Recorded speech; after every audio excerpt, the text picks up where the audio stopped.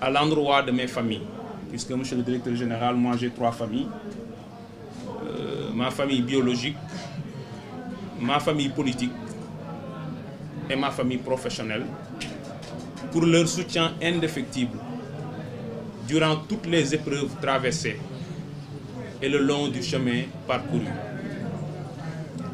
Mesdames, Messieurs, le 2 mai 2024, le président de la République, son Excellence, Monsieur Bassirou Diomaye Diakhar Faye, m'a nommé directeur général de la Société des mines du Sénégal.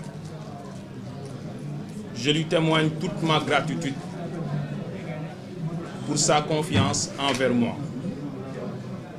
Je mesure à sa juste valeur le poids de la responsabilité qui pèse sur mes épaules en tant que manager devant conduire les destinées de notre compagnie minière nationale.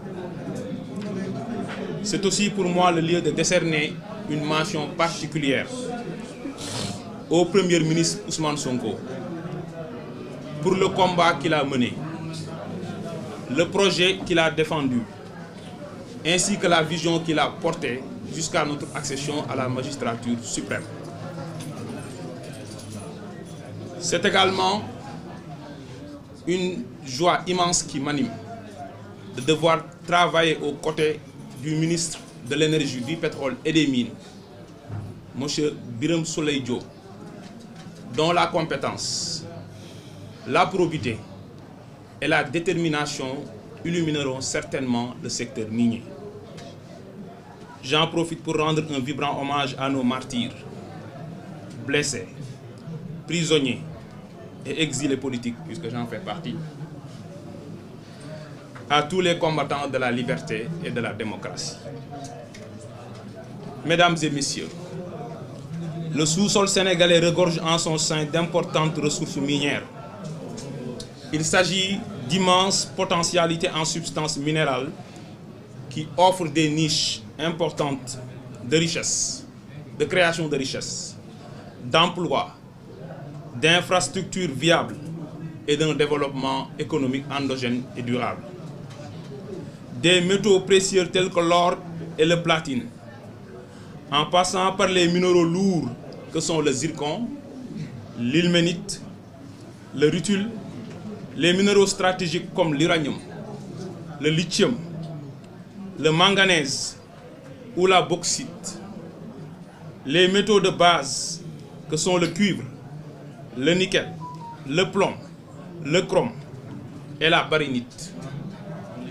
Sans oublier le fer, les calcaires, les phosphates de chaux et d'alumine, jusqu'aux matériaux de construction tels que le basalte, les grès et les sables dunaires, les pierres ornementales que sont le marbre et les granitoïdes, ou encore les argiles céramiques ou industrielles et les sables siliceux pour l'industrie de la verrerie.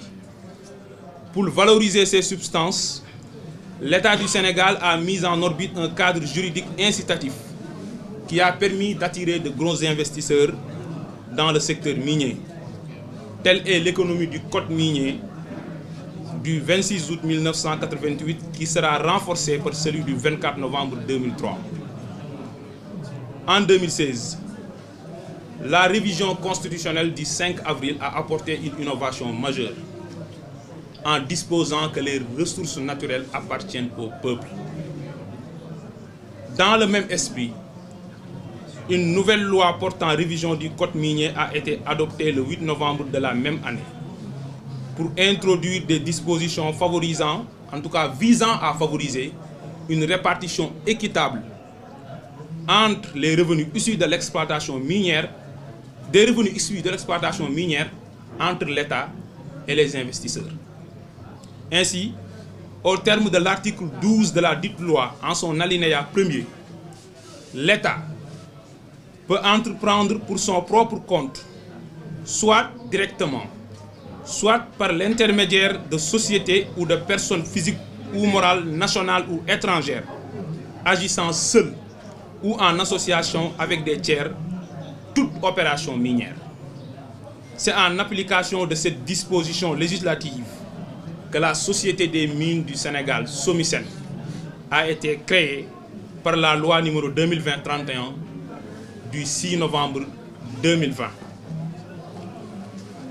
Ayant en charge la gestion du patrimoine minier de l'État, la SOMISEN a été mise sur pied pour accomplir 10 missions, dont la gestion de la participation de l'État dans les opérations minières, la commercialisation des produits miniers revenant à l'État, la détention seule ou en association de titres miniers aux fins de recherche et d'exploitation, la mise en œuvre des décisions et orientations de l'État en ce qui concerne la stratégie de ces sociétés minières, la participation aux négociations entre les sociétés dans lesquelles elles gèrent les participations de l'État et de toute autre société où cette participation est envisagée, l'examen de la situation économique et financière des sociétés concernées, les principaux programmes d'investissement et de financement, les projets d'acquisition ou de cession de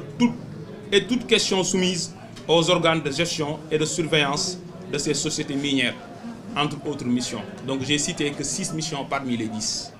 Je pense que ce sont les missions principales auxquelles d'autres missions accessoires se greffent. Après sa naissance, la société, sous l'impulsion de son directeur général et suivant les orientations du conseil d'administration, a réalisé des études sur plusieurs projets dont la mise en œuvre pourrait apporter des bons significatifs dans la gouvernance du secteur minier.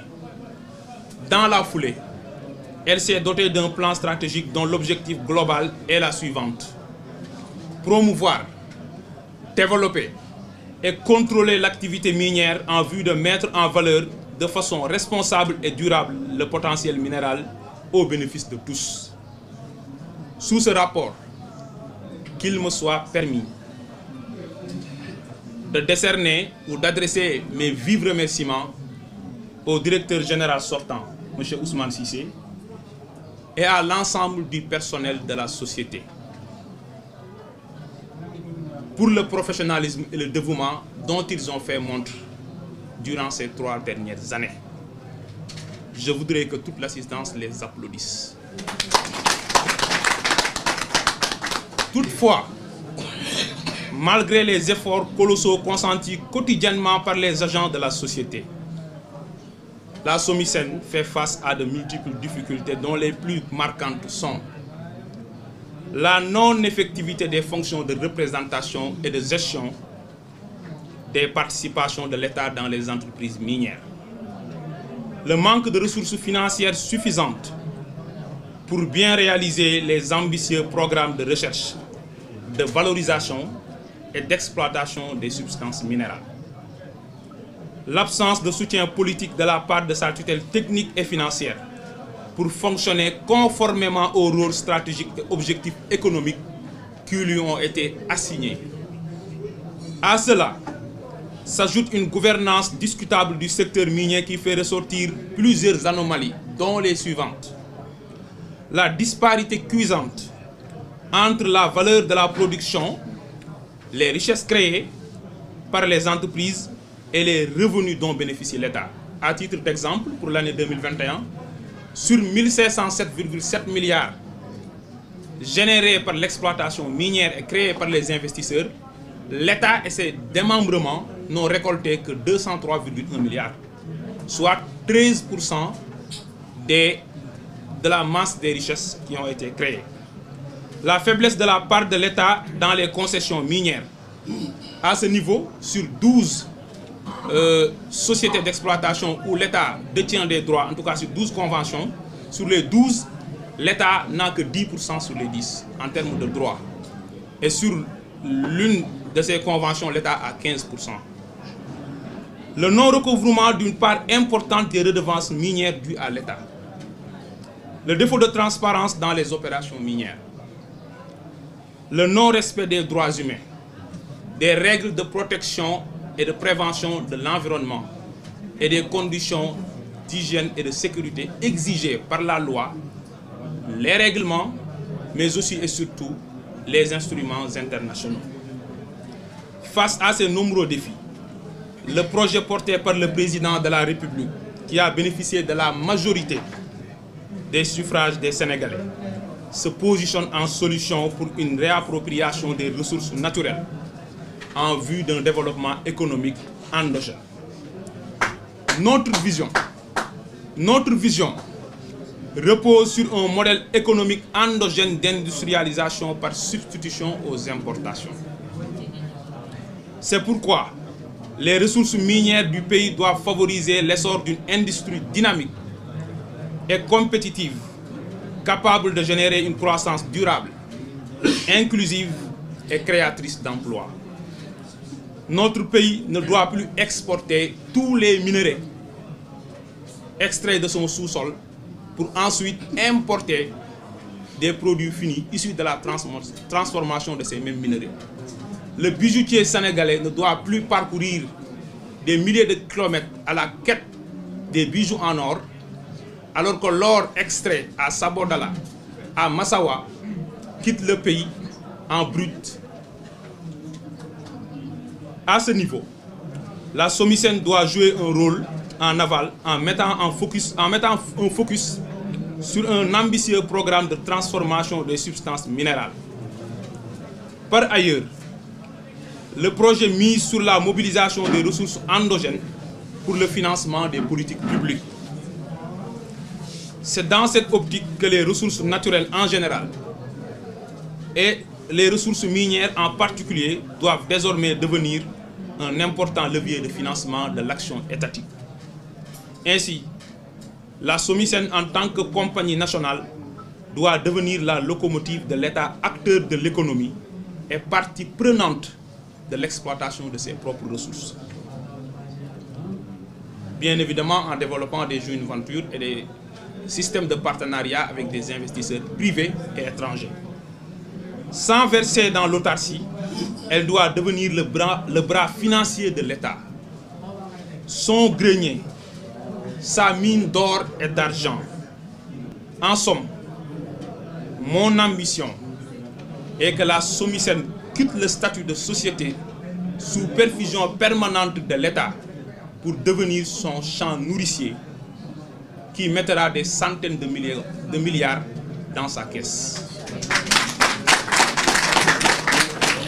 Pour parvenir à ces objectifs, j'entends adopter un style de management participatif qui fédère l'ensemble des collaborateurs autour d'une vision commune, partagée. Dans un esprit d'équipe, je m'engage à gérer dans l'inclusivité et la transparence. Dans la rigueur et la franchise, je compte diriger avec éthique et ouverture. Avec dévouement et créativité, je miserai sur une gestion axée sur les résultats. Je compte sur la mobilisation collective de tout le personnel pour faire de la SOMISEN un exemple de gouvernance dans le secteur parapublic, un fleuron de l'économie nationale et un leader dans l'exploitation durable, inclusive et responsable des ressources naturelles en Afrique. Telle est ma vision et telle est l'ambition qui m'anime.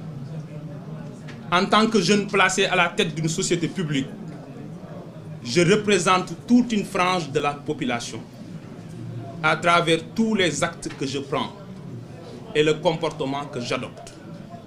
Je ne veux pas décevoir.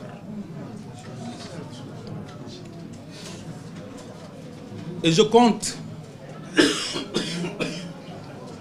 m'évertuer à prendre toutes les dispositions pour que sous mon magistère, qu'il y ait de la fraîcheur, de la rupture, du renouveau, de l'audace, du mouvement et de la conquête. Ayant toujours en mémoire la confiance du président de la République et de son Premier ministre, les lourds sacrifices consentis par mes compatriotes pour l'aboutissement du projet, j'œuvrerai inlassablement pour le respect de nos engagements envers le peuple. devant Dieu et devant la nation. Je vous remercie de votre attention.